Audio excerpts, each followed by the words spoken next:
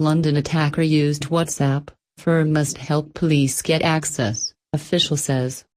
British security services are pleading with the creators of a popular messaging service for help accessing one of the final communications sent by Westminster Bridge terror attacker Khalid Masood before his deadly assault on Wednesday.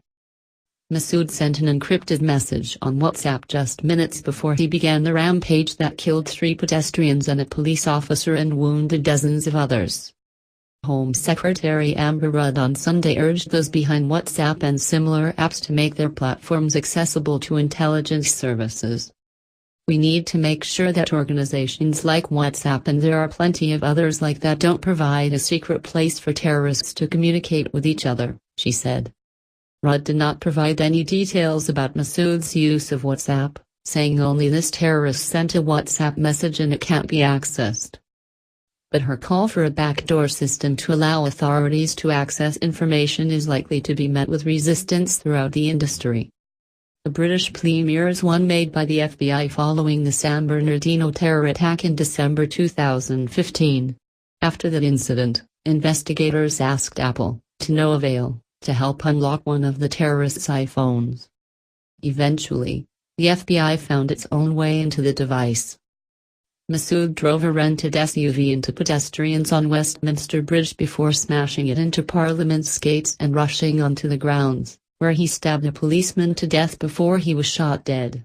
A detailed police reconstruction has found the entire attack lasted 82 seconds. Police say he acted alone, but they are trying to pinpoint his motive and identify any possible accomplices, making the WhatsApp message a potential clue to his state of mind and his social media contacts.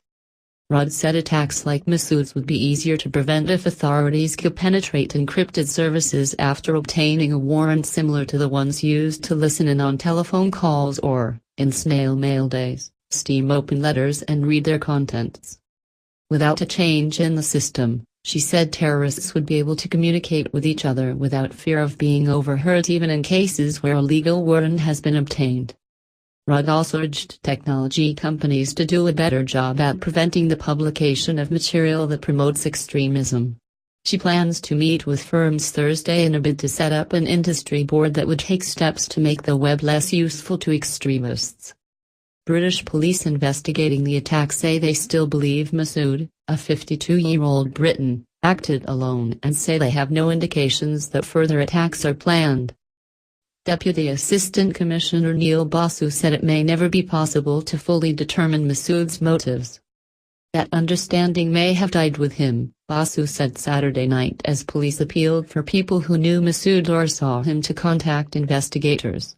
Even if he acted alone in the preparation, we need to establish with absolute clarity why he did these unspeakable acts, to bring reassurance to Londoners.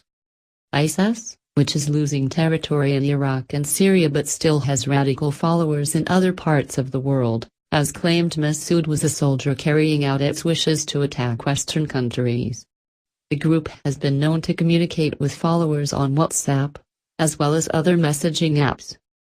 Masood had convictions for violent crimes in the UK and spent time in prison. He also worked in Saudi Arabia teaching English for 2 years and traveled there again in 2015 on a visa designed for religious pilgrimages.